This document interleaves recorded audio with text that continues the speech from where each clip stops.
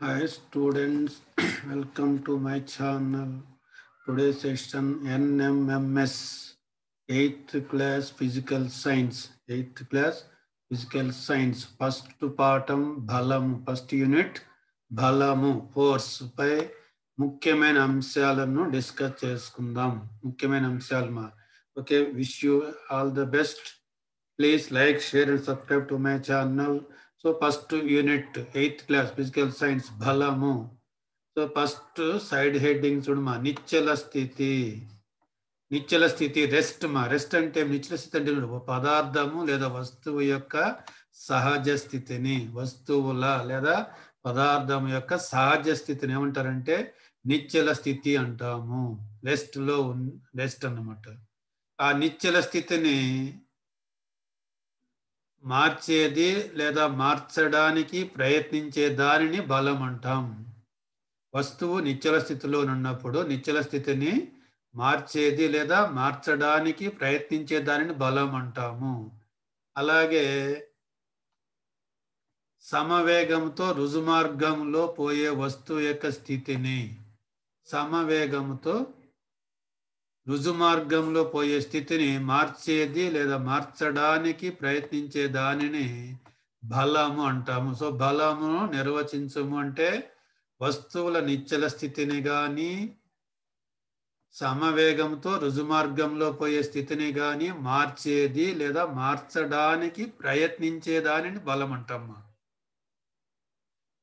బలము అనేది పరిమాణము దిశ రెండు కలిగి ఉంటుంది. బలము పరిమాణము దిశ రెండు కలిగి ఉన్న రాశి. ఏదైనా ఒక భౌతిక రాశి పరిమాణము దిశ రెండు ఉంటే దానిని సదిశ రాశి అంటాము. ఇక్కడ బలము ఒక సదిశ రాశి. ఇవి ఇంపార్టెంట్ మా. బలానికి క్రింది వాటిలో ఏమేమి ఉంటాయి? ఏ పరిమాణము, బి దిశ, సి ఏ మరియు బి, డి ఏది కాదని అడుగుతుంటారు. అలాగే బలము ఒక సదిశ రాశి, అదిశ రాశి ఏది కాదు రెండును ఇస్తుంటాడు మా. బలం ఒక సదిశ రాశి. అలాగే బలానికి ఎస్ఐ ప్రమాణము, బలానికి ఎస్ఐ ప్రమాణము న్యూటన్లు. బలానికి ఎస్ఐ ప్రమాణము న్యూటన్లు. సిజిఎస్ పద్ధతిలో డైనులు, సిజిఎస్ పద్ధతిలో డైనులు. ఒక న్యూటన్ అనగా న్యూటన్ను N1 capital N 1 Newton is equal to 10⁵ dynes మా. ఒక న్యూటన్ బలము ఎన్ని డైన్లకు సమానం అంటే 10⁵ డైనులు.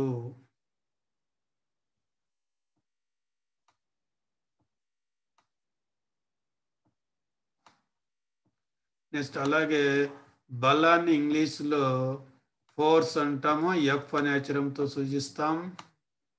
F is equal to formula ఏమి అంటే ఎంఎం. F is equal to M into A, MA అన్నమాట. సో ఎఫ్ ఫోర్స్ బలము, ఎం ద్రవ్యరాశి, ఎం ద్రవ్యరాశి, ఏ త్వరణము అన్నమాట. త్వరణం అంటే వేగంలో మార్పు రేటు, వేగంలో మార్పు రేటును బలము అంటాం. ఇంకా సాధారణముగా బలాన్ని మన పరిభాషలో ఏం చెప్పచ్చు చూడమా, నెట్టుట, లాగుట లేదా ఆకారాన్ని మార్చడం అన్నమాట. ఆకారాన్ని మార్చడం లాంటి చర్యలను బలము అంటాము. సో సింపుల్గా నెట్టుట లేదా లాగుటను బలం అందరు. నెట్టుట లేదా లాగుట లేదా ఆకారాన్ని మార్చడం లాంటి చర్యలను బలము అంటాము. ఇప్పుడు లాగుటకు ఉదాహరణలు, లాగుటకు ఉదాహరణలు మా.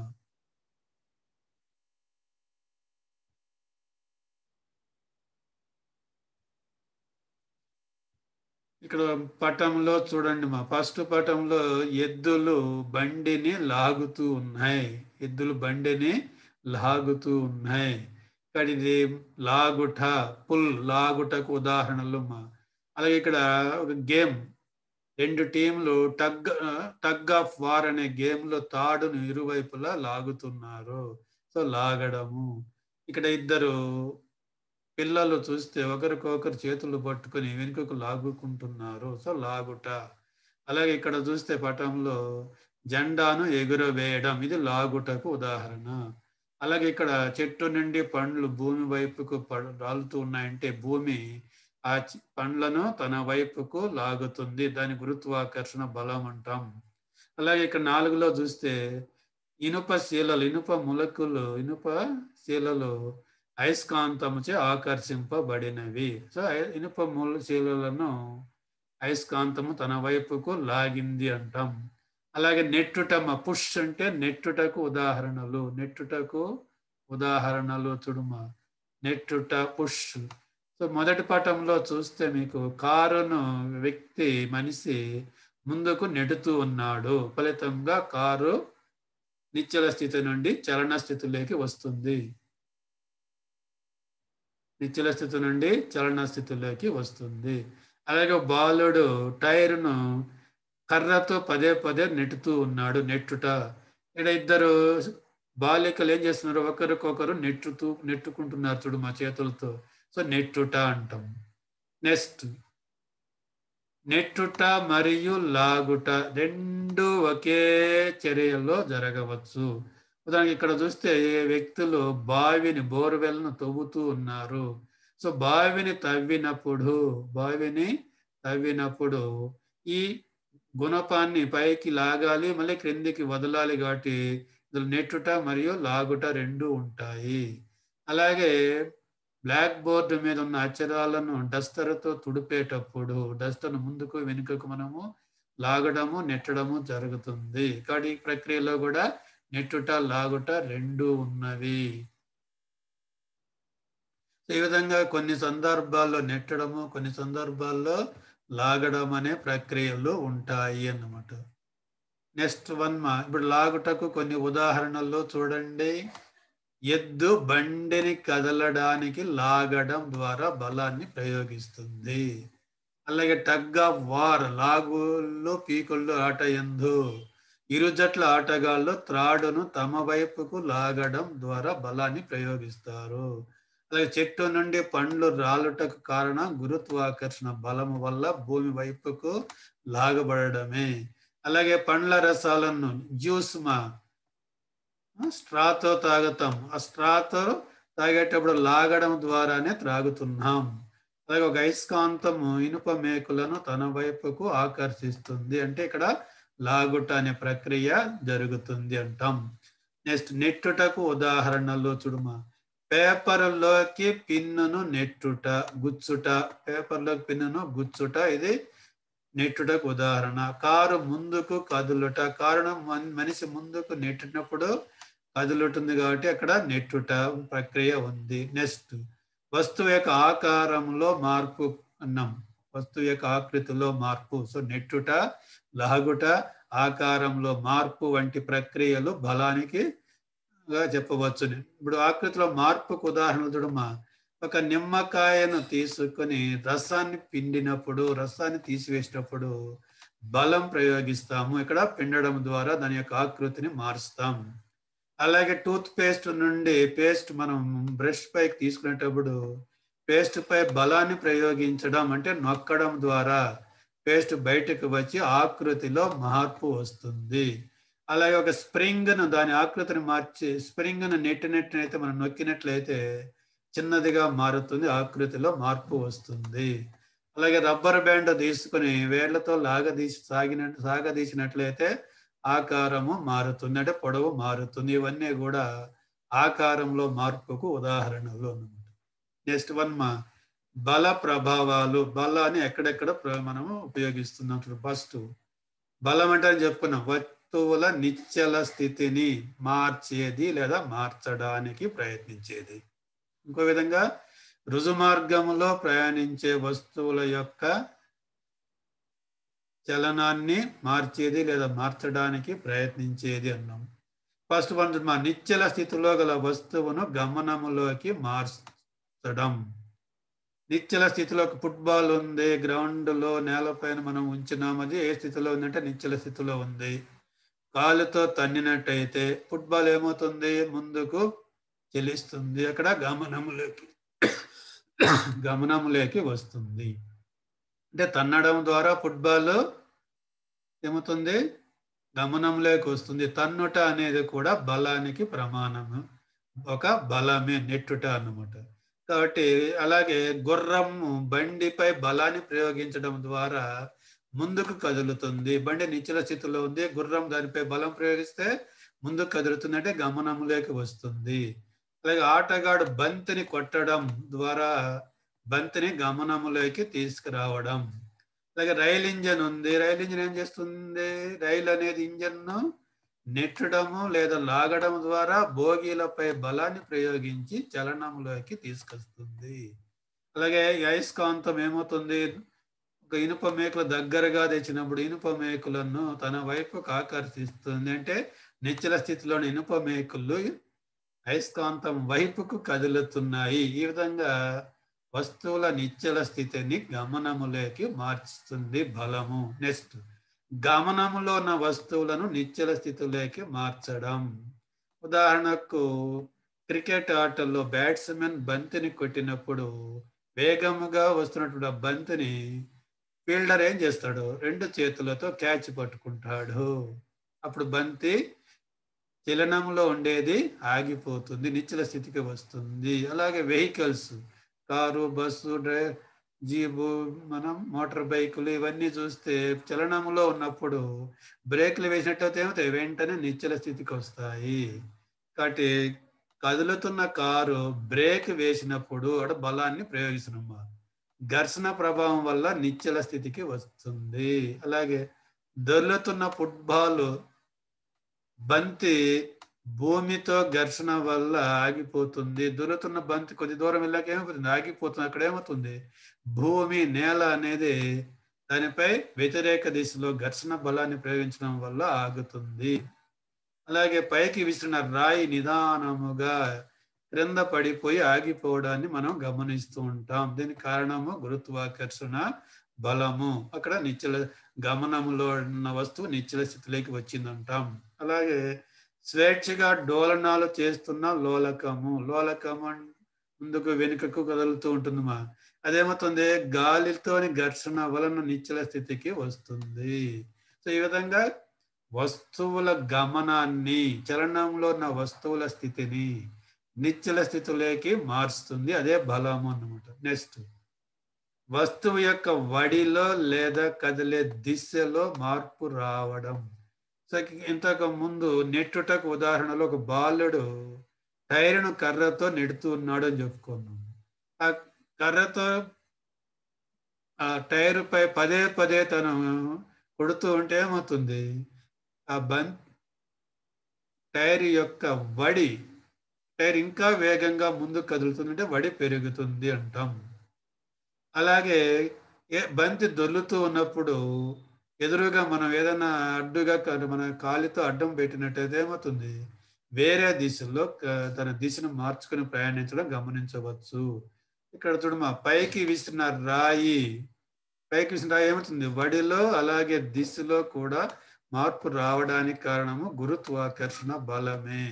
సో పైకి ఒక రాయి విసిరినతో ఏమవుతుంది? నెమ్మదిగా గాలి యొక్క ఘర్షణ వలన తన వడి తగ్గుతూ చివరికి కొంత ఎత్తుకు వెళ్ళిన తర్వాత తన దిశను మార్చుకుని మెరలా భూమి వైపుకు ప్రయాణిస్తుంది. కారణం గురుత్వాకర్షణ బలము. అంటే అక్కడ రాయి యొక్క వడిలోనూ మార్పు వస్తుంది, దిశలోనూ మార్పును తీసుకుని వస్తుంది. అలాగే మనం కారు యొక్క స్టీరింగ్ చక్రంపై బలాన్ని ప్రయోగించడం ద్వారా కారు యొక్క తన దిశను మార్చుకుంటుంది. రివర్స్ రావడము లేదా రోడ్డు వంపుగా ఉన్నప్పుడు పక్కలకు తిరగడము, ఇక్కడ దిశను మార్చుకోవడము జరుగుతుంది స్టీరింగ్ పై బలం ప్రయోగిస్తే. ఆటగాడు ఫుట్బాల్ను కొట్టినప్పుడు అది తన వేగాన్ని, దిశను మార్చుకుంటుంది. నెక్స్ట్, ఉపగ్రహాల వేగాన్ని, దిశను నిరంతరం మార్చుకోవడం వలనే భూమి చుట్టూ అవి స్థిరంగా తిరగగలుగుతున్నాయి. ఉపగ్రహాలు వాటి వేగాన్ని, దిశను నిరంతరం మార్చుకోవడం వల్ల భూమి చుట్టూ తిరగగలుగుతున్నాయని చెప్పవచ్చు. నెక్స్ట్, వస్తువు యొక్క ఆకృతిలో లేదా ఆకారంలో అంటే పరిమాణంలో మార్పు తీసుకొచ్చే చర్యే బలం అనుకున్నాం. ఉదాహరణకు లాగడము ద్వారా బలాన్ని ప్రయోగించి రబ్బర్ బ్యాండ్ యొక్క పొడవును పెంచుట. ఇక్కడ బల ప్రయోగించడం వల్ల రబ్బర్ బ్యాండ్ పొడవు పెరిగినది, అంటే ఆకృతిలో మార్పు వచ్చినది, పరిమాణంలో మార్పు వచ్చినది అంటాం. అలాగే ఒత్తడం ద్వారా బాగా ఒత్తడం ద్వారా బలాన్ని ప్రయోగించి స్ప్రింగ్‌ని చిన్నదిగా చేయవచ్చు. అలాగే స్పాంజిని మనము ప్రెస్ చేసినట్లయితే ఆకారం మారుతుంది. అలాగే బంగారాన్ని సుత్తితో కొట్టిన ద్వారా బలాన్ని ప్రయోగించి పలుచని రేకులుగా మార్చవచ్చు. అలాగే చేతితో బలాన్ని ప్రయోగించి మట్టితో అనేక రకాల ఆకృతులలో బొమ్మలు తయారు చేయవచ్చు. మట్టి బొమ్మల తయారీలో బంకమట్టిని ఏం చేస్తారు? చేతితో నెట్టడం ద్వారా బలాన్ని ప్రయోగించడం ద్వారా కావలసిన రీతిలో కావలసిన ఆకృతిలో బొమ్మలు చేయవచ్చు. అక్కడ బల ప్రయోగం జరుగుతుంది. అలాగే బెలూన్ గాలి అణువులు బెలూన్ గోడలపై బలాన్ని ప్రయోగించడం వల్ల బెలూన్ అనేది వ్యాకోచిస్తుంది. బెలూన్లో గాలి ఊదినప్పుడు ఏమవుతుంది? మనం ఊదినటువంటి గాలి యొక్క అణువులు బెలూన్ గోడలపై బలాన్ని ప్రయోగించి వ్యాకోచించేటట్లు చేస్తుంది. నెక్స్ట్ వన్ బలం వల్ల వస్తువు వడిని మార్చవచ్చు. అంటే బలం వల్ల నిశ్చల స్థితిలో ఉన్న వస్తువుని గమనంలో ఉన్న వస్తువును నిశ్చల స్థితిలోకి, అలాగే గమనంలో ఉన్న వస్తువును మరింత వేగంగా దాన్ని లేదా తక్కువ వేగంగాను మనము మార్చవచ్చు. అంటే బలము వస్తువుల వడిని మార్చవచ్చు. వడి అనేది పెరగవచ్చు, తగ్గవచ్చు. అంటే వేగం మరింత పెరగవచ్చు, మరింత తగ్గవచ్చు. అలాగే నిశ్చల స్థితిలో ఉన్న వస్తువు గమనంలోకి వస్తుంది, గమనంలో ఉన్న వస్తువు నిశ్చల స్థితిలోకి వస్తుంది. అలాగే గమనంలో ఉన్న వస్తువు యొక్క దిశను మార్చవచ్చు, వస్తువుల ఆకారాన్ని మార్చవచ్చు. ఇన్ని విధాలుగా బలాన్ని ప్రభావాలు మనము గమనించవచ్చు. నెక్స్ట్ వన్ బలాలలో రకాలు. రెండు రకాలు బలాలు రెండు రకాలు. ఒకటి స్పర్శ బలాలు, స్పర్శ బలాలు. రెండు క్షేత్ర బలాలు అన్నమాట. స్పర్శ బలాలు అంటే ఏమంటే రెండు వస్తువుల మధ్య నేరుగా స్పర్శల్లో ఫిజికల్ కాంటాక్ట్ ఉండడం వల్ల వాటి మధ్య బలం పనిచేసే వాటిని స్పర్శ బలాలు అంటారు. సో రెండు వస్తువుల మధ్య భౌతిక స్పర్శ లేకుండా బలం పనిచేస్తే వాటిని క్షేత్ర బలాలు అంటారు. స్పర్శ బలాలకు ఉదాహరణ కండర బలము, ఘర్షణ బలము, తన్యత బలము, అభిలంబ బలం. ఇవి 4 కూడా స్పర్శ బలాలు. సో క్రింది వాటిల్లో స్పర్శ బలము ఏది అని చెప్పి ఏ కండర బలము, బి ఘర్షణ బలము, సి అభిలంబ బలము, డి అన్ని ఇస్తాడు. మనం చూసుకుని జాగ్రత్తగా ఆన్సర్ రాయవలసి ఉంటుంది. అలాగే క్రింది వాటిలో స్పర్శ బలము కానిది ఏది అని ఇస్తాడు. కానీ వీటిలో 3 ఇస్తాడు, 4వది వేరే బలం క్షేత్ర బలం ఇస్తాడు. అలాగే క్రింది వాటిలో క్షేత్ర బలం కానిది ఏది, క్రింది వాటిలో క్షేత్ర బలం ఏదని ఇస్తుంటాడు. క్షేత్ర బలాలకు ఉదాహరణ అయస్కాంత బలము, విద్యుత్ ఆకర్షణ బలము, గురుత్వాకర్షణ బలము. ఫస్ట్ వన్ స్పర్శ బలాలు. స్పర్శ బలాలు అంటే రెండు వస్తువుల మధ్య నేరుగా భౌతిక స్పర్శ ఉండడం వల్ల డైరెక్ట్ కాంటాక్ట్ దానితో తాకుతూ వాటి మధ్య బలం పనిచేస్తే దాన్ని స్పర్శ బలాలు అంటాము. ఉదాహరణ కండర బలము. ఇంతకు ముందే ఉదాహరణలో నెట్టుట, లాగుట వాటిల్లో చూసుకున్నాం. లాగుటలో ఎద్దులు బండిని లాగుతూ ఉన్నాయి. అక్కడ ఎద్దులు ఏం చేస్తాయి? బండిని లాగడంలో తమ కండర బలాన్ని ఉపయోగిస్తాయి. చూడమా, కండర బలం అంటే ఏమి చూడమా, శరీర కండరాలను ఉపయోగించి ప్రయోగించే బలాన్ని కండర బలం అంటాము. శరీర కండరాలను ఉపయోగించి ప్రయోగించే బలాన్ని కండర బలం అంటాము. ఉదాహరణకు జంతువులు వాటి భౌతిక అవసరాలు తీర్చడానికి నిత్యము కండర బలాన్ని ఉపయోగిస్తాయి. సో ఎద్దులు బండిని లాగడం, గుర్ర బండిని లాగడం, ఆ సందర్భంలో అవి తమ కండర బలాన్ని ఉపయోగిస్తాయి. అలాగే మనం కూడా వెయిట్స్ పైకి ఎత్తుతూ ఉంటాం. పైకి ఎత్తేటప్పుడు ఏం చేస్తాము? మన యొక్క కండర బలాన్ని ప్రయోగిస్తాం. అలాగే నెట్టుట, తన్నుట, బ్రష్ తోముకోవడము, స్నానం చేయడము, పరిగెత్తడము, వాకింగ్ చేయడము, ఇవన్నీ సందర్భాల్లోనూ మన కండర బలాన్ని ఉపయోగిస్తాము. అలాగే రక్త ప్రసరణలో మన కండరాలు బలాన్ని ప్రయోగిస్తాయి. ఊపిరితిత్తుల వ్యాకోచ సంకోచాల సందర్భంలోనూ కండర బలాన్ని ఉపయోగిస్తాం. అలాగే గుండె కొట్టుకోవడం లాంటి చర్యలలో కూడా కండర బలాలు అనేవి ఉంటాయి. సో ఈ విధంగా మన నిత్య జీవితంలో అన్ని పనులను కండర బలాలు, అన్ని పనులు అంటే తన్నడము, తోయడము, బ్రష్ చేసుకోవడము, తినడము, స్నానం చేయడము, వంగడం, లేయడం, ఇవన్నీ సందర్భాల్లోనూ కండర బలాన్ని ప్రయోగిస్తాం. నెక్స్ట్ రెండవది కండర బలము ఒక స్పర్శ బలము. ఘర్షణ బలము, ఘర్షణ బలము ఒక స్పర్శ బలము, ఘర్షణ బలం ఒక స్పర్శ బలము. ఇక్కడ చూడమ్మా, ఒక సదనైన నున్నటి టేబుల్ పైన ఒక వస్తువు కొంత బలాన్ని ప్రయోగించడం వల్ల ముందుకు కదులుతున్నది అనుకుంటే, దానిపై వ్యతిరేక దిశలో టేబుల్ తలము వస్తువుపై ఘర్షణ బలాన్ని ప్రయోగించడం వల్ల కొద్ది దూరం వెళ్ళినాక అది ఆగిపోతుంది. అలా ఒక వస్తువు వేరొక వస్తువు ఉపరితలంపై కదులుతున్నప్పుడు, ఇక్కడ వస్తువు టేబుల్ తలంపై కదులుతున్నప్పుడు దాని చలనాన్ని నిరోధించే బలాన్ని ఘర్షణ బలం అంటాము. నెక్స్ట్ ఇది ఇంపార్టెంట్. మా ఘర్షణ యొక్క దిశ ఎల్లప్పుడూ తలం స్పర్శకంగా ఉన్నప్పుడు చలన దిశకు వ్యతిరేక దిశలో ఉంటుంది. సో ఘర్షణ యొక్క దిశ ఎప్పుడు చలన దిశకు అంటే బల ప్రయోగ దిశకు వ్యతిరేక దిశలో ఉంటుంది.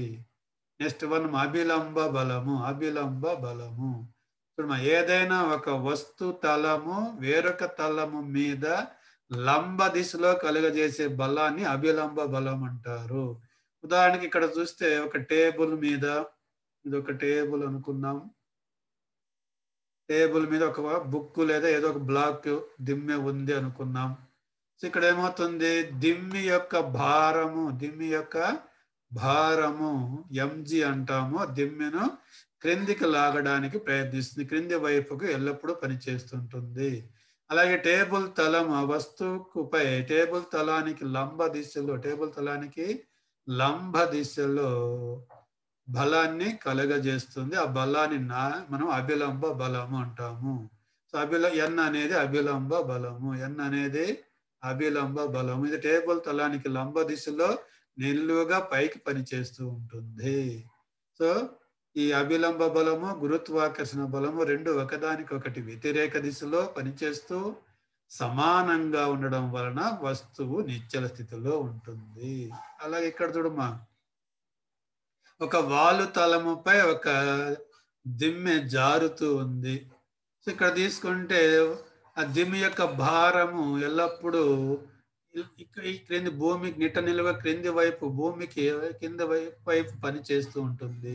ఆ బిందువు వద్ద ఈ వాలు తలానికి లంబ దిశ ఇది అవుతుంది, వాలు తలానికి లంబ దిశ. ఈ దిశలో పనిచేసే బలాన్ని మనం అభిలంబ బలము అంటాము. ఈ పటంలో ఎన్ అనేది అభిలంబ బలము, ఇక్కడ ఎన్ అనేది అభిలంబ బలము, ఎంజి అనేది గురుత్వాకర్షణ బలము. ఈ రెండు ఇక్కడ చదునైన తలంపై ఉన్నప్పుడు వ్యతిరేక దిశలో సమానంగా ఉంటాయి. ఇక్కడ వాలు తలంపై అయితే ఒకదానికొకటి వ్యతిరేక దిశలో కొంత కోణం చేస్తూ ఉంటాయి. నెక్స్ట్ తన్యత బలము. ఇది కూడా ఒక స్పర్శ బలమే.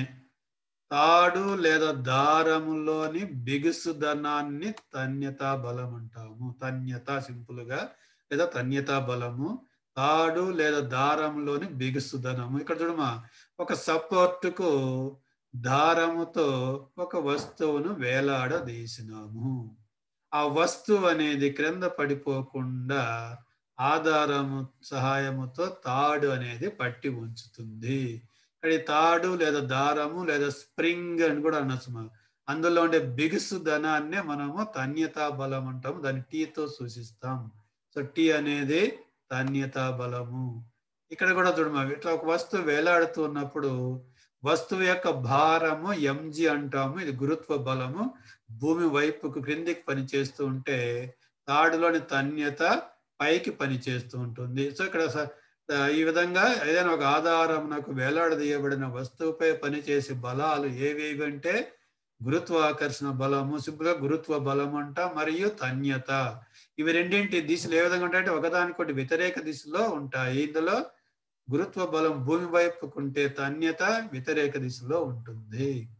ఇక్కడ చూడండి, మా చదునైన టేబుల్ పై ఒక దిమ్మె ఉంది. దీనిని ఒక కప్పి మీదుగా దారం సహాయంతో ఈ విధంగా మరొక భారానికి వేలాడి తీసినాం. ఈ భారము ఎక్కువగా ఈ భారం దీనిపై వస్తువుపై దాని యొక్క భారం ఎంజి గురుత్వ బలం క్రిందికి పనిచేస్తూ నిశ్చల స్థితిలో టేబుల్ పై ఉన్న వస్తువును ఇటువైపుకు లాగడం ప్రయత్నిస్తుంది. వస్తువు ఇటువైపుకు లాగడం చెల్లిస్తుంది. ఇక్కడ కూడా ఈ వస్తువు కూడా క్రిందకి చెల్లిస్తుంది. సో ఇక్కడ కూడా దారంలో టెన్షన్ ఉంటుంది. ఇది దారంలోని బిగుసుదనాన్ని తన్యత అంటాము. నెక్స్ట్ రెండవది క్షేత్ర బలాలు. ఏ క్షేత్ర బలాలు అనుకున్నాము? అయస్కాంత బలము, స్థావర విద్యుత్ బలము, గురుత్వాకర్షణ బలము. ఇంతకు ముందే చెప్పుకున్నాం. ఒక అయస్కాంతంని దగ్గరగా ఇనుప శీలను తెచ్చినట్లయితే అవి అయస్కాంతం వైపుకు ఆకర్షింపబడతాయి. ఇక్కడ అలాగే రెండు అయస్కాంతానికి రెండు కొనలు ఉంటాయి. ఒకటి ఉత్తర మరొకటి దక్షిణ ధ్రువం అంటాము. రెండు అయస్కాంత ధ్రువాల మధ్య కంటి కనిపించకుండా పనిచేసే ఆకర్షణ లేదా వికర్షణ బలాన్ని అయస్కాంత బలము అంటాము. రెండు అయస్కాంత ధ్రువాలు రెండు సజాతీయమైతే, అంటే రెండింటి ఉత్తర ధ్రువాలు కానీ రెండింటి దక్షిణ ధ్రువాలు కానీ ఏమవుతాయి? వికర్షించుకుంటాయి.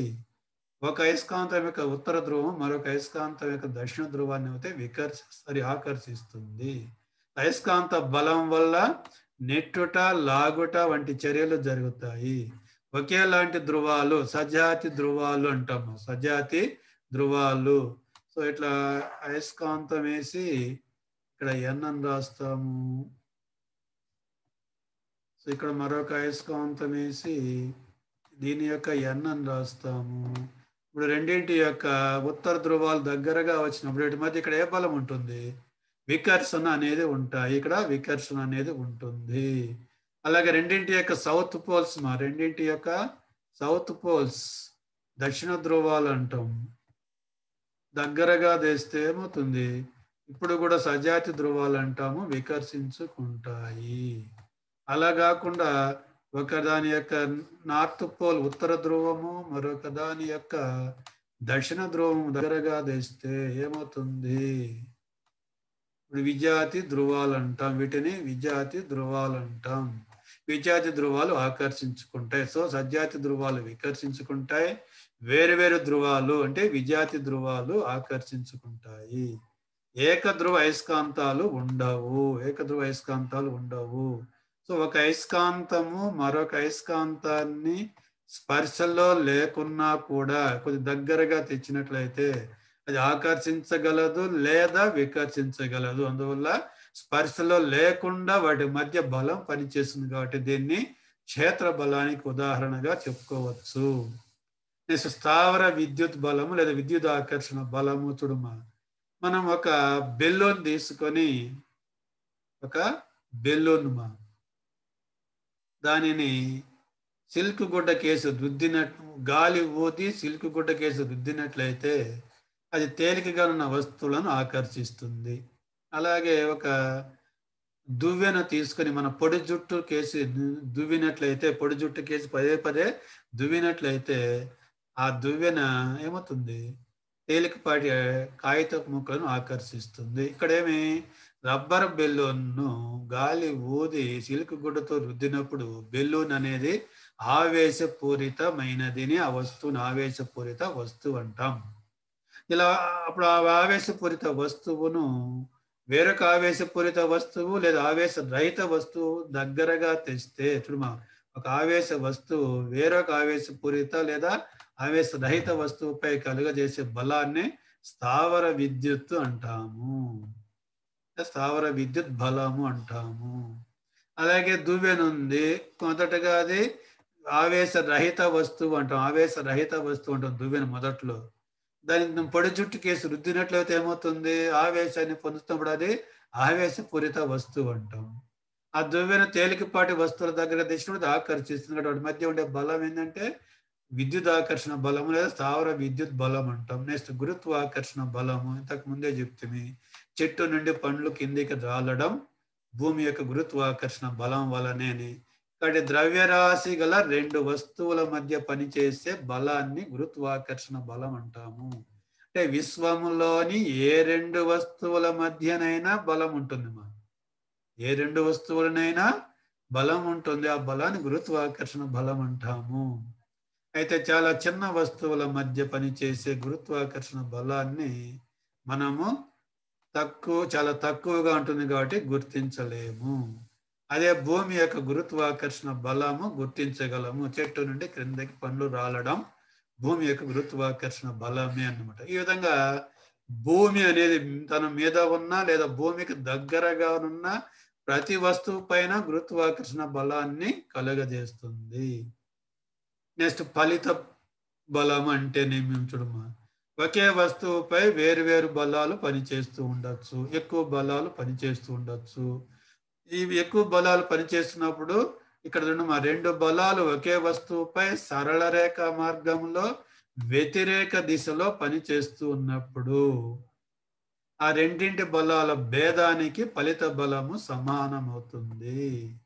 సో నిశ్చల స్థితుల్లోని వస్తువుల బల ప్రయోగ దిశలో కదులును. ఇక్కడ రెండు బలాలు F1 ఒక బలము, F2 ఒక బలము ఉంది. ఇంతకుముందు బలం అనేది ఒక సదిశ రాశి అనుకున్నాం. F1 బలము కుడివైపు ఇటువైపుకు పనిచేస్తుంది, F2 బలం ఇటువైపు పనిచేస్తుంది. ఈ రెండు బలాలు ఒకదానికొకటి పరస్పరము వ్యతిరేక దిశలో సరళ రేఖలో వెళ్ళే వస్తువుపై పనిచేస్తున్నట్లయితే వాటి యొక్క ఫలిత బలం, వస్తువుపై పనిచేసే ఫలిత బలాన్ని F నెట్ అంటాం.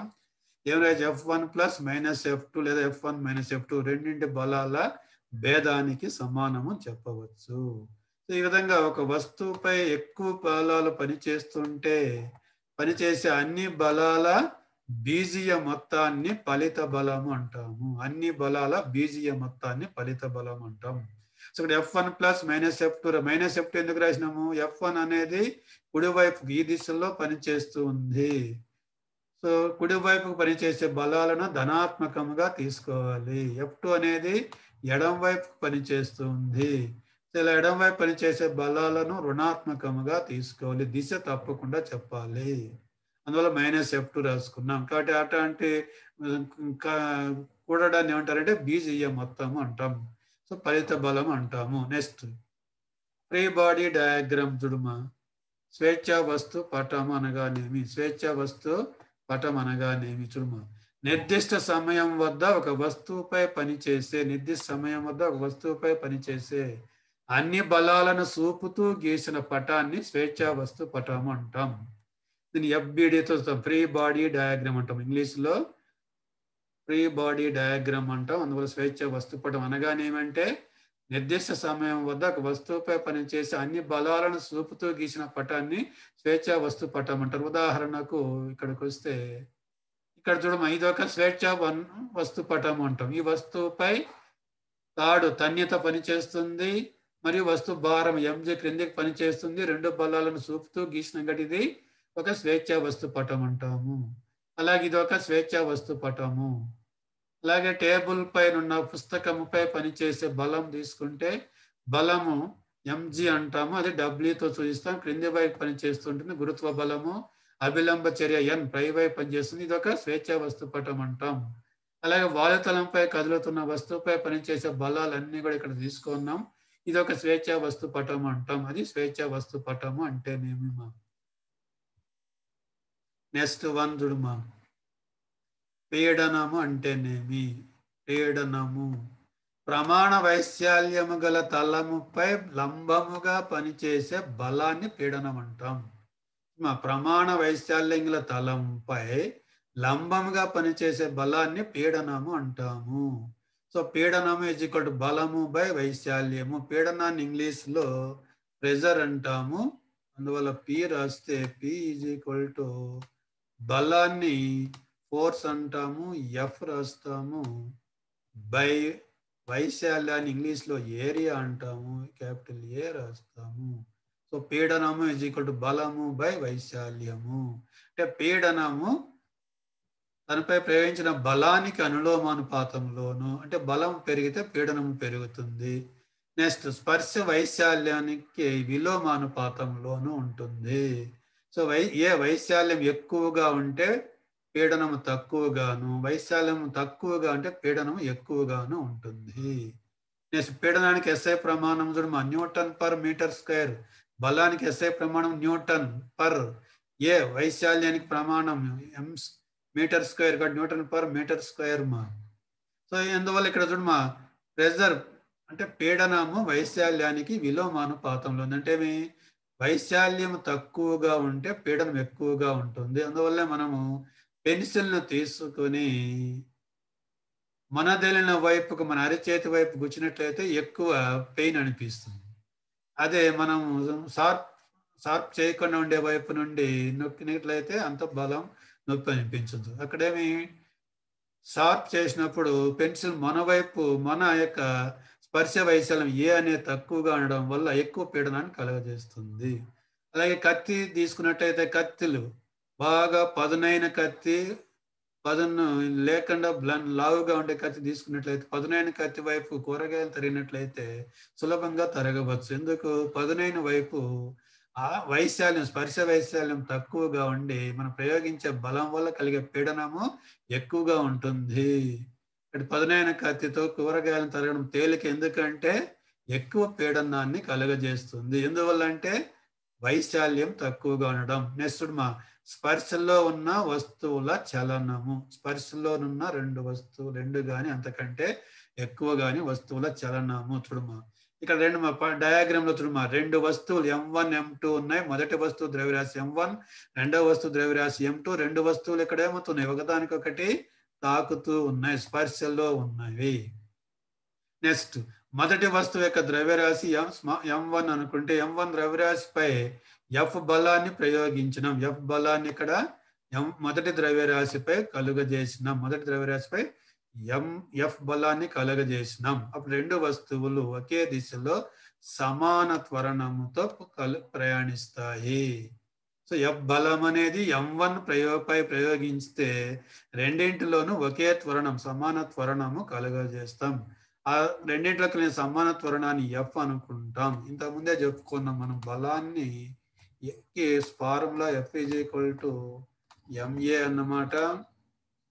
బలానికి ఫార్ములా F = MA. M అనే ద్రవ్యరాశి, A అనే త్వరణము. దీని నుంచి త్వరణము A = బలము బై ద్రవ్యరాశి, బలము బై ద్రవ్యరాశి. సో ఇందులో మనం బలాన్ని మొదటి ద్రవ్యరాశిపై కలుగజేసినప్పటికీ 2 ద్రవ్యరాశి స్పర్శలో ఉండడం వల్ల బలం యొక్క ప్రయోగము రెండింటి మీద ఉంటుంది. కాబట్టి 2 ఒకే త్వరణంతో ప్రయాణిస్తే అప్పుడు ఆ త్వరణానికి సూత్రం ఏమంటే A = F బై మొత్తము ద్రవ్యరాశి, F by M1 + M2. So బలము బై మొత్తం ద్రవ్యరాశి. ఇలా ఉన్నప్పుడు సో F బలము 10 న్యూటన్లు, M1 ఎంతో, M2 ఇచ్చే త్వరణం ఎంత అంటే త్వరణానికి సూత్రమేమి మొదటి వస్తువుపై కలుగజేసిన బలము బై మొత్తము ద్రవ్యరాశి వేయాలా. నెక్స్ట్ ఇప్పుడు ఇక్కడ చూడమ్మా, ఇక్కడ 2 వస్తువులు మొదటి నిశ్చల స్థితిలో ఉండేవి. M1 ద్రవ్యరాశిపై F బలాన్ని కలుగజేసినాం. అయితే M2 ఏమవుతుంది, M1 బై కొంత బలాన్ని వ్యతిరేక దిశలో కలుగజేస్తుంది. M2 అనేది M1 మీద వ్యతిరేక దిశలో కొంత బలాన్ని కలుగజేస్తుంది. ఆ బలాన్ని F డాష్ అనుకున్నాం. ఇక్కడ ఇచ్చిన M2 వల్ల M1 పై ప్రయోగించిన బలము F డాష్ అనుకుంటే, నెక్స్ట్ ఇప్పుడు ఫలిత బలము ఇక్కడ చూడమ్మా, 2 బలాలు వ్యతిరేక దిశలో పనిచేస్తుంది. F అనేది కుడివైపు పనిచేస్తే M2 వలన M1 పై కలుగజేసే బలము F1 అనుకున్నాం. ఇది ఎడం వైపుకు పనిచేసి 2 F మరియు F డాష్ వ్యతిరేక దిశలో పనిచేస్తుంది కాబట్టి ఫలిత బలము F - F డాష్ అనవచ్చు. F - F డాష్ = M1A అవుతుంది. దీని నుండి F1 డాష్ ను మనం కరెక్ట్గా రాస్తే, సింప్లిఫై చేస్తే F - M1A వస్తుంది. కానీ ఏ ఇంతకు ముందే చెప్పుకున్నాం, F బై M1 + M2. దీన్ని ప్రతిక్షేపిస్తే F dash = F - M1 into F by M1 + M2. F by M1 + M2 అనేది దేనికి సమానము, త్వరణం Aకి సమానము. సో దీన్ని సింప్లిఫై చేస్తే చివరికి ఏమొస్తుంది చూడమ్మా, రెండవ వస్తువు మొదటి వస్తువుపై కలగజేసే బలం F dash = M2 into F by M1 + M2. చూడమ్మా, ఇలా 2 వస్తువులు ఒకదానికొకటి స్పర్శలో ఉంటూ మొదటి వస్తువుపై F అనే బలాన్ని మనం ప్రయోగించినప్పుడు 2 వస్తువులలో సమాన త్వరణం అనేది కలుగుతుంది. అప్పుడు రెండవ వస్తువు మొదటి వస్తువుపై ఎంత బలాన్ని కలుగజేస్తుంది అనే దానికి సమీకరణం ఏమిటంటే M2F by M1 + M2. M2 రెండవ వస్తువు ద్రవ్యరాశి, F అనేది మొదటి వస్తువుపై కలుగజేయబడిన బలము, M1 M2 తెలిసిందే. నెక్స్ట్ ఈసారి సందర్భం 2 జుమ్మా. ఈసారి ఏం చేస్తున్నాం మనము M2 ద్రవ్యరాశిపై బలాన్ని ప్రయోగిస్తున్నాం. ఇంతకుముందు M1 ద్రవ్యరాశిపై బలాన్ని కలుగజేసే వాళ్ళం, ఇప్పుడు M2 ద్రవ్యరాశిపై బలాన్ని కలుగజేస్తాం. ఈ M1 అనేది M2 పై ఇక్కడ కొంత బలాన్ని ప్రయోగిస్తుంది, దాన్ని మనం F డాష్ అనుకున్నాం. F డాష్ అనుకున్నాం. M1 అనే ద్రవ్యరాశి M2 పై ఈ దిశలో కొంత బలాన్ని ఇక్కడ ప్రయోగిస్తుంది, దాన్ని F డాష్ అనుకున్నాం. ఇంతకుముందు చెప్పిన విధంగానే M2 మీద కొంత బలం ప్రయోగిస్తే ఈ రెండు వస్తువులు కూడా కొంత త్వరణంతో ముందుకు ఒకే త్వరణంతో ప్రయాణిస్తాయి. ఆ త్వరణానికి సూత్రం ఏమంటే ఇలా A = F/m1 + m2 అన్నమాట. నెక్స్ట్ ఇక్కడ ఏమవుతుంది, ఏం చెప్పుకున్నాం మనము, F అనే బలాన్ని M2 ద్రవ్యరాశిపై కలుగజేస్తున్నాం. అయితే M1 ద్రవ్యరాశి దీనికి ఈ F బలానికి వ్యతిరేక దిశలో కొంత బలాన్ని M2 పై కలుగజేస్తుంది అన్నాం. అప్పుడు ఈ రెండు బలాలు ఒకదానికొకటి వ్యతిరేక దిశలో పనిచేస్తున్నాయి కాబట్టి ఫలిత బలము F - F డాష్ అవుతుంది. F - F డాష్ ఏం రాయొచ్చు, M2A అని రాయవచ్చు. నెక్స్ట్ మనకు దీన్ని F డాష్ ని కరెక్ట్గా రాస్తే F డాష్ F - M2A అని రాయవచ్చు.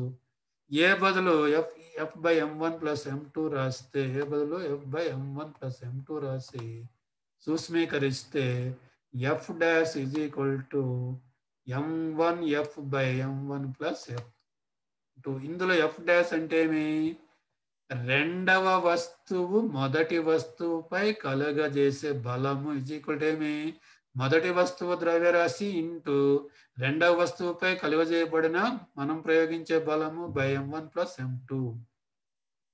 ఈసారి మూడు వస్తువులు ఒకదానితో తాకుతూ ఉన్నప్పుడు, స్పర్శలో ఉన్నప్పుడు సందర్భం చూద్దాం. చూడు, మూడు వస్తువులు మొదటి వస్తువు ద్రవ్యరాశి M1, రెండవ వస్తువు ద్రవ్యరాశి M2, మూడవ వస్తువు ద్రవ్యరాశి M3 అనుకున్నాం. ఇట్లా స్పర్శలో పటంలో చూపిన విధంగా ఒకదానికొకటి తాకుతూ ఉన్నాయి. సో మొదటి వస్తువు M1 ద్రవ్యరాశిపై F బలాన్ని ప్రయోగించినాం. ఇక్కడ ఏమవుతుంది, అప్పుడు M1 అనేది M2 పై కొంత బలాన్ని ప్రయోగిస్తే అదే సందర్భంలో M2 M1 పై ఒక బలాన్ని ప్రయోగిస్తుంది. దాన్ని ఈ F ప్రయోగం వల్ల జరిగే ప్రతిచర్య బలాలను మనం ఈ విధంగా గుర్తించవచ్చు. రెండవ పటంలో చూడమా, M1 M2ల మధ్య బలము T1 అనేది పనిచేస్తుంటుంది. M1 M2ల మధ్య పనిచేసే M1 M2ని ఎంత బలం ప్రయోగిస్తుంది, M2 M1 అంతే బలం ప్రయోగిస్తే T1 అనుకుంటాం. అలాంటి సందర్భంలో M2 M3ల మధ్య కూడా బలాలు ఉంటాయి, ఆ బలాన్ని T2 అనుకుంటాం. M1 మరియు M2ల మధ్య స్పర్శ బలం T1కి, M2 మరియు M3ల మధ్య స్పర్శ బలము ఇక్కడ T2కి సమానము. సో ఇక్కడ ఈ రెండింటి మధ్య ఉండే బలము T1 అనుకుంటాం. M2 M3ల మధ్య ఇక్కడ పనిచేసే బలాన్ని T2 అనుకుంటాం. T1 T2 విలువలు ఎలా కనుక్కోవచ్చు చూడుమా. ఇంతకు ముందులాగే మొదటి వస్తువుకి F ఇక్కడ T1, సో T1 ఇటువైపు పనిచేస్తుంది వ్యతిరేక దిశలో, ఫలిత బలం ఏమవుతుంది F - T1. F - T1 = M1A అని రాస్తాం. రెండవ వస్తువు తీసుకుంటే T1 - T2 = M2A అని రాయవచ్చు. మూడవ వస్తువు తీసుకుంటే T2 = M3A అని రాయవచ్చు. ఇవన్నీ సూక్ష్మీకరిస్తే చివరికి మనకు మూడు వస్తువులలోనూ F బలాన్ని ప్రయోగిస్తే కలిగే త్వరణం చూడమా. మూడు వస్తువులు పటంలో చూపిన విధంగా ఒకదానికొకటి తాకుతూ ఉన్నప్పుడు, ఒకదానికొకటి తాకుతూ ఉన్నప్పుడు M1 ద్రవ్యరాశిపై F బలాన్ని ప్రయోగిస్తే ఈ మూడు వస్తువులు ఒకే సమాన త్వరణంతో ప్రయాణిస్తాయి. ఆ సమాన త్వరణానికి సూత్రం ఏమంటే A = F/m1 + m2 + m3 అన్నమాట. సో ఇప్పుడు ఇక్కడ ఏ విలువలను ప్రతిక్షేపించడం ద్వారా మనం T1 T2లు కనుగొనవచ్చును. So T1 = M2 + M3/m1 + M2 + M3 × F. T2 = M3F/m1 + M2 + M3. కాబట్టి ఇక్కడ T1 విలువ కనుక్కోవడానికి ఏమి, T1 = M2 + M3 × F/m1 + M2 + M3. అలాగే T2 = M3F/m1 + M2 + M3. ఇవి T1 T2లు బలాలు, స్పర్శ బలాలకు సమీకరణం. నెక్స్ట్ చూడమా, తీగ ద్వారా కలపబడిన గిలక కప్పి మీదుగా వెళుతున్న వస్తువుల చలనము. సో ఇలాంటి అమరికను అట్టుబుడ్డి యంత్రం అంటాము.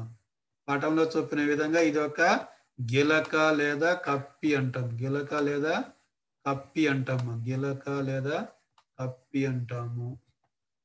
ఈ కప్పిని ఏం చేసినాం మనము? దారము సహాయంతో ఒక ఆధారానికి వేలాడదీసినాం. దారానికి రెండు చివరల్లో రెండు ద్రవ్యరాశులు ఉన్నవి. సో మొదట ద్రవ్యరాశి ఇది M1 ద్రవ్యరాశి అన్నమాట. ఏ అనే వద్ద M1 ద్రవ్యరాశి ఉంది. బి వద్ద M2 ద్రవ్యరాశిని దారం సాయంతో వేలాడదీసినాం. మొదట M1 ద్రవ్యరాశి ఏ వద్ద ఉంది. ఇక్కడ గమనిస్తే M1 ద్రవ్యరాశిపై దాని యొక్క గురుత్వాకర్షణ బలము M1G అంటాం. గురుత్వాకర్షణ బలము M1G క్రిందికి పనిచేస్తుంటుంది. అలాగే తాడులోని తన్ని తట్టి అనేది పైకి పనిచేస్తుంది. రెండు బలాలు సమానంగా వ్యతిరేక దిశలో వంటిది నిశ్చల స్థితిలో ఉంటుంది. అలా కాకుండా ఇక్కడ M1 అనేది గ్రేటర్ దాన్ M2. M1 ద్రవ్యరాశి M1 కన్నా ఎక్కువైతే, M1 దీని యొక్క ద్రవ్యరాశి దీనికంటే ఎక్కువైతే M1 క్రిందికి కదులుతుంది. ఏ త్వరణంతో కిందికి కదులుతుంది. ఏ త్వరణంతో అది కిందికి కదులుతుంది. అదే సందర్భంలో బి అనే వస్తువు ఏ త్వరణంతో పైకి కదులుతుంది. సో బి మీద గురుత్వ బలము M2G క్రిందికి పనిచేస్తే తాడులోని తన్యత పైకి పనిచేస్తూ ఉంటుంది. కాకపోతే ఏ అనే వస్తువు ద్రవ్యరాశి ఎక్కువ కాబట్టి ఏ వస్తువు డౌన్వర్డ్ క్రిందికి చెల్లిస్తూ ఉంటే బి వస్తువు పైకి చెల్లిస్తూ ఒకే త్వరణంతో ప్రయాణిస్తాయి. ఆ త్వరణాన్ని ఎలా కనుక్కోవడము చూడమా. అది నెక్స్ట్ వన్. ఇక్కడ చూడమా, ఒక కప్పి ఉంది. ఇక్కడ ఒక టేబుల్ పై ఒక M2 ద్రవ్యరాశి గల వస్తువు నిశ్చల స్థితిలో ఉంది. దీని ఒక తేలికైన తీగ సహాయంతో కప్పి మీదుగా M1 ద్రవ్యరాశిని వేలాడదీసినాం. స్వేచ్ఛగా వేలాడదీసినాము. M1 అనేది M2 కన్నా ఎక్కువ ఉన్నట్లయితే, M1 అనేది M2 కన్నా ఎక్కువ ఉన్నట్లయితే ఏ అనే వస్తువు ఏమవుతుంది? ద్రవ్యరాశి ఎక్కువ కాబట్టి గురుత్వ బలం ఎక్కువగా ఉండి క్రిందికి ఏ త్వరణంతో ప్రయాణిస్తుంది. సో ఏ వద్ద ఉన్న M1 ద్రవ్యరాశిపై కలుగజేసే బలాలు ఏమంటే M1 బలము గురుత్వ బలము క్రిందికి పనిచేస్తుంది. తీగలోని తన్ని తట్టి పైకి పనిచేస్తుంటుంది. ఈ రెండు వ్యతిరేక దిశలో పనిచేస్తాయి. అలాగే M2 ద్రవ్యరాశి బి వద్ద పనిచేసే బలాలు చూడమా. వస్తువు యొక్క భారం M2G ఇక్కడ క్రిందికి పనిచేస్తుంటుంది. తాడులోని తన్ని ఈ వైపు పనిచేస్తుంటుంది. నెక్స్ట్ ఇప్పుడు దీంట్లో కలిగే త్వరణం ఏ ఎంత, తనిత బలం ఎంత చూడమా. ఫస్ట్ ఏ వద్ద వస్తువుకు చూడమా M1G minus T is equal to MA1A అవుతుంది. M1G minus T is equal to M1A అవుతుంది. బి వద్ద వస్తువు తన్యత T అనేది M2Gకి సమానం అవుతుంది. T M2Aకి సమానం అవుతుంది. సో ఇప్పుడు వీటి నుండి మన సమీకరణాలు సాధిస్తే A is equal to M1G by M1 plus M2, T is equal to తన్యత M1 M2G by M1 plus M2 వస్తుంది. ఇది మా నెక్స్ట్ సందర్భం చూస్తే చూడు మా సి అనే బిందువు, ఇది సి అనే బిందువు. సి వద్ద M ద్రవ్యరాశి గల ఒక వస్తువు ఘర్షణ లేని సదునైన టేబుల్ పై ఉంది. ఇది ఒక టేబుల్. M ద్రవ్యరాశి గల ఒక వస్తువు సి వద్ద ఘర్షణ లేని సదునైన బల్లపై ఉంది. దీనిని రెండు వైపులా దారముల సహాయంతో ఇది మొదట T1 అన్నమాట ఇటువైపు పనిచేస్తుంటుంది. కప్పి మీదుగా ఏ అనే వద్ద M1 ద్రవ్యరాశి గల ఒక వస్తువును మనము వేలాడదీసినాం. దీనిపై పనిచేసే గురుత్వ బలము M1G క్రిందికి పనిచేస్తుంటుంది. T1 అనే తన్యత ఈ తాడులోని తీగలోని తన్యత T1 పైకి పనిచేస్తుంటుంది. అలాగే రెండవ కప్పి మీదుగా పటంలో చూపినట్టు బి వద్ద M2 ద్రవ్యరాశి గల ఒక వస్తువు ఉంది. దీనిపై పనిచేసే గురుత్వ బలము M2G అన్నమాట కిందికి పనిచేస్తూ ఉంటుంది. అలాగే తాడులోని తన్యత దీనిపై T2 పైకి పనిచేస్తూ ఉంటుంది. T2 పైకి పనిచేస్తూ ఉంటుంది. అలాగే తాడులోని తన్యత T2 ఇక్కడ ఎడం వైపుకు పని చేస్తూ ఉంటాయి. సో ఇప్పుడు వీటి T1, T2 విలువలు మరియు వాటి యొక్క త్వరణం ఏక సమీకరణాలు ఏ విధంగా కనుక్కోవడం చూడమ్మా. ఏ వద్ద తీసుకుంటే M1G ఎక్కువ ఉంటుంది. కనుక M1G minus T1 is equal to M1A అని చెప్పవచ్చు. బి వద్ద తీసుకుంటే ఏమవుతుంది, T2 ఎక్కువ ఉంటుంది కాబట్టి T2 minus M2G is equal to M2A అని రాయవచ్చు. సి వద్ద తీసుకుంటే రెండు బలాలు, ఒకటికి ఎడం వైపుకి T1, కుడి వైపుకి T1, ఎడం వైపు T2 పనిచేస్తుంది. ఫలిత బలం T1 మైనస్ T2 అవుతుంది. T1 minus T2 is equal to MA అవుతుంది. ఈ మూడు సమీకరణాలను సాధించగా ఆ వస్తువు యొక్క త్వరణము A is equal to M1 minus M2 by M1 plus M2 into M G అవుతుంది. అలాగే T1 is equal to M1 into 2M2 plus M into G by M1 plus M2 plus M అవుతుంది. T2 is equal to M2 రాయాలి ఇక్కడ into 2M2 plus M by M1 plus M2 plus M into G అవుతుంది. ఈ విధంగా మనము ఈ తాడులోని తన్యతలు T1 విలువ, T2 విలువ, అవి కదిలే త్వరణం ఏ విలువలను కనుగొనవచ్చును. Okay, thank you. I wish you all the best. Once again, request you to like, share and subscribe to my channel.